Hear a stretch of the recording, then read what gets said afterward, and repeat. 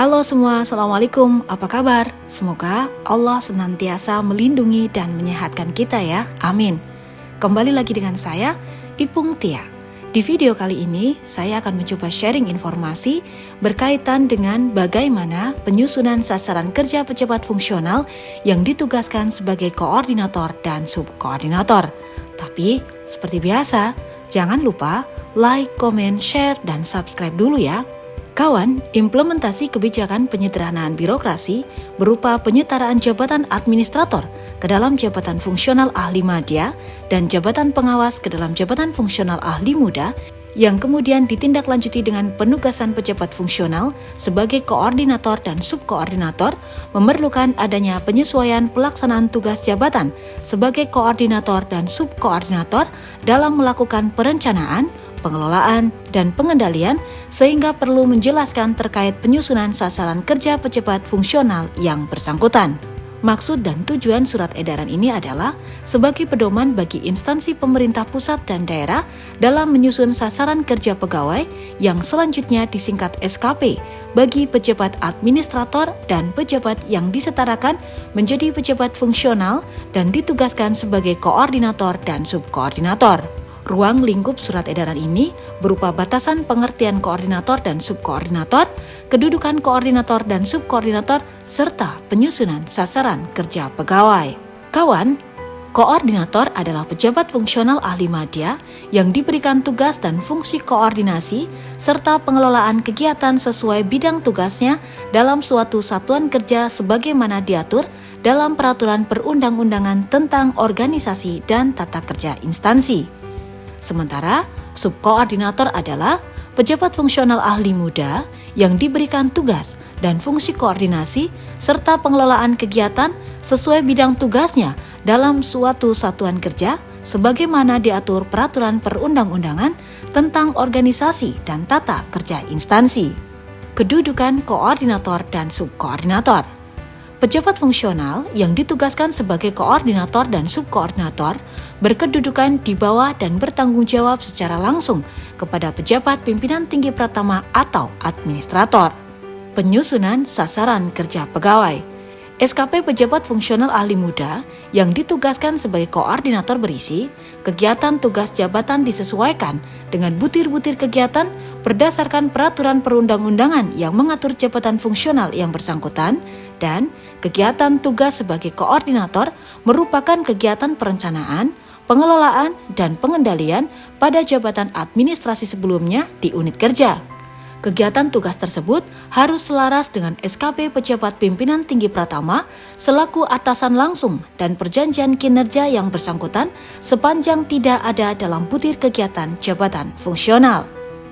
Sementara SKP pejabat fungsional muda yang ditugaskan sebagai subkoordinator berisi kegiatan tugas jabatan disesuaikan dengan butir-butir kegiatan berdasarkan peraturan perundang-undangan yang mengatur jabatan fungsional yang bersangkutan, dan kegiatan tugas sebagai subkoordinator merupakan kegiatan perencanaan pengelolaan dan pengendalian pada jabatan administrasi sebelumnya di unit kerja.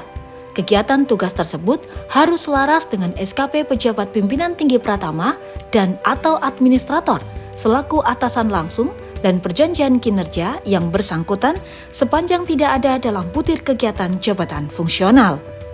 Kawan, pelaksanaan tugas dan fungsi koordinasi oleh pejabat fungsional yang terkait diberikan tambahan angka kredit sebesar 25% dari angka kredit kumulatif untuk kenaikan pangkat setingkat lebih tinggi dan diakui sebagai tugas pokok dalam penetapan angka kredit. Penambahan angka kredit tersebut hanya berlaku dan dapat dicantumkan dalam penyusunan SKP 1 tahun terakhir. Berikut contoh penyusunan SKP pejabat fungsional koordinator.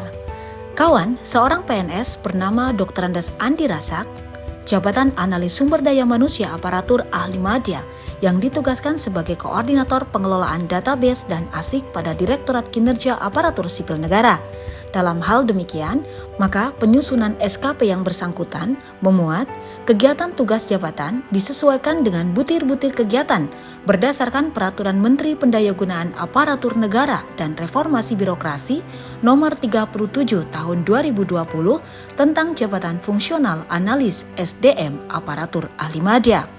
Kegiatan tugas sebagai koordinator yang selaras dengan SKP pejabat pimpinan tinggi pratama selaku atasan langsung dan perjanjian kinerja yang bersangkutan sepanjang tidak ada dalam butir kegiatan jabatan fungsional dengan mencantumkan tambahan angka kredit sebesar 37,5. Berikut contoh penyusunan SKP Analis SDM Aparatur Ahli Madya yang ditugaskan sebagai koordinator adalah sebagai berikut.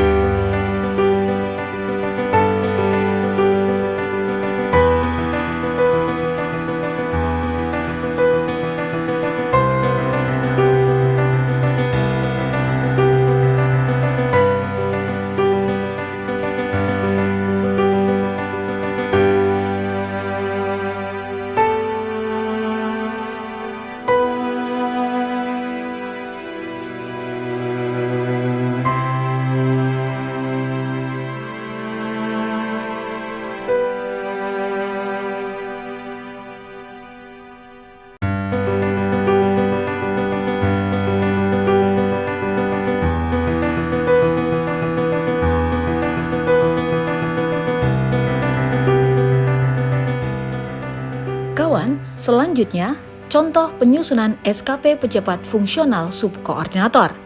Seorang pegawai negeri sipil bernama Desi Ratnasari, jabatan analis SDM Aparatur Ahli Muda, ditugaskan sebagai subkoordinator penilaian kinerja pegawai aparatur sipil negara pada Direktorat Kinerja Aparatur Sipil Negara.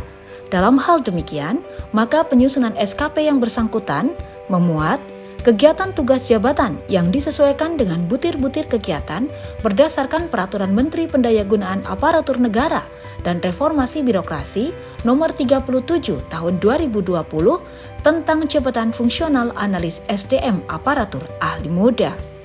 Dan kegiatan tugas dan fungsi sebagai subkoordinator yang selaras dengan SKP pejabat pimpinan tinggi pratama atau pejabat administrator selaku atasan langsung dan perjanjian kinerja yang bersangkutan sepanjang tidak ada dalam butir kegiatan jabatan fungsional dengan mencantumkan tambahan angka kredit sebesar 25.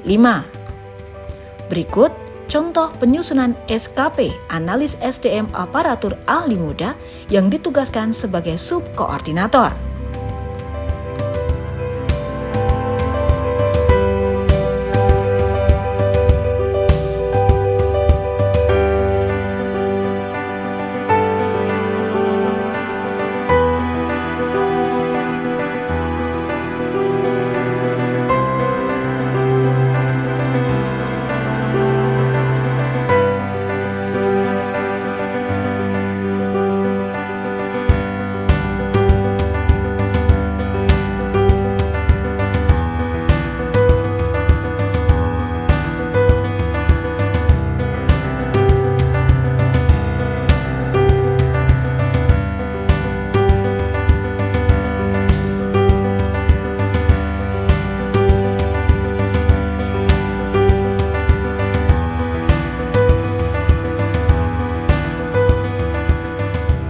Demikian informasi yang bisa saya bagikan untuk Anda.